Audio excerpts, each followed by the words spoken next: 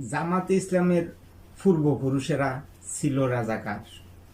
এখন তাদের যে প্রজন্ম আছে, মানে পূর্বপুরুষের যে উত্তরসূরি বংশধরেরা আছে, তারা কি রাজাকার?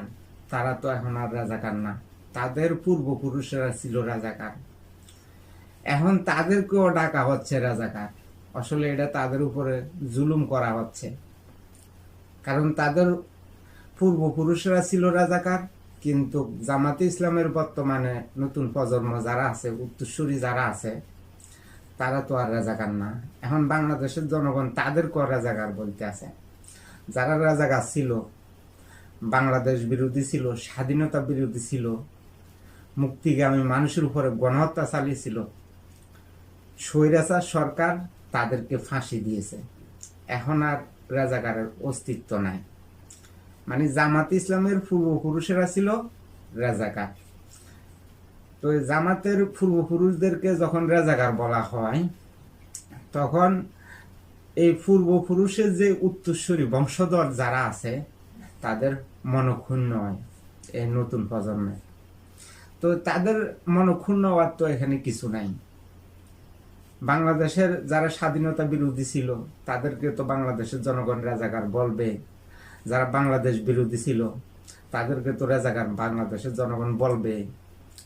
যারা 1971 সালে মুক্তিগামী মানুষের উপরে গণহত্যা চালিয়েছিল, তাদেরকে তো বাংলাদেশের জনগণ রাজাকার বলবে।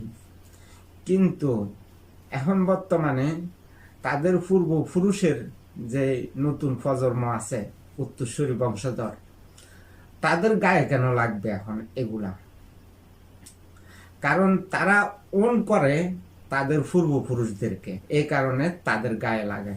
তাদের পূর্বপুরুষদেরকে রাজাকার বললে তাদের গায়ে লাগে। কারণ তারা ওই যে তাদের পূর্বপুরুষ ছিল, তাদেরকে ওন করে।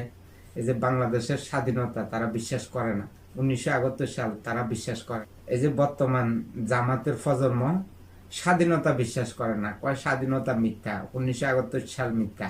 বাংলাদেশের এই গণতন্ত্র বিশ্বাস করে না, নির্বাচনে বিশ্বাস করে না, স্বাধীনতাতেও বিশ্বাস করে না। স্বাভাবিক বিষয় তারা বিশ্বাস না করাটাই। কারণ তাদের পূর্বপুরুষেরা বাংলাদেশের স্বাধীনতা বিরোধী ছিল, মুক্তিগামী মানুষের উপর গণহত্যা চালিয়েছিল। আর তাদের পূর্বপুরুষের নতুন প্রজন্ম, উত্তরসূরি বংশধর, স্বাভাবিক বিষয় তারাও অস্বীকার করা।